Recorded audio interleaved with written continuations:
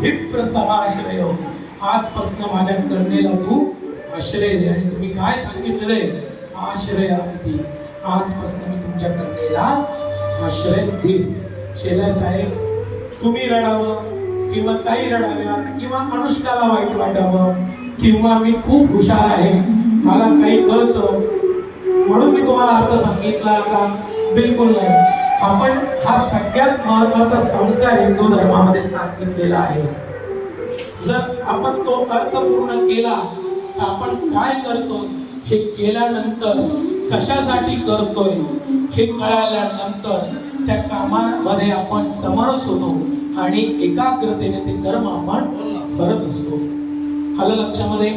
आता काही वर्षापूर्वीपर्यंत विवाह म्हणजे काय होतं? फक्त नाचणं, गाणं, कूदणं आणि काही पुरुष दारू पिऊन धिंगाणा करायचे, एवढंच. परंतु आता हिंदू धर्म हा पहिल्यासारखा परत जागृत व्हायला सुरुवात झालेली आहे. आणि सगळ्यात महत्वाचं काय?